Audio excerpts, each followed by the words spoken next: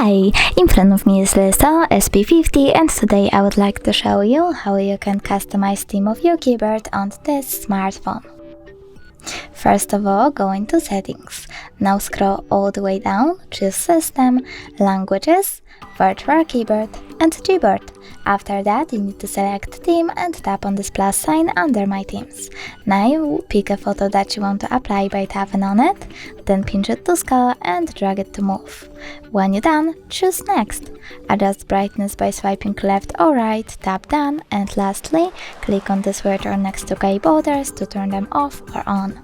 Then choose Apply, and now when I go back, I can see that theme of my keyboard was successfully customized. Thanks so much for watching. If you enjoyed this video, don't forget to leave a like, comment and subscribe. Bye!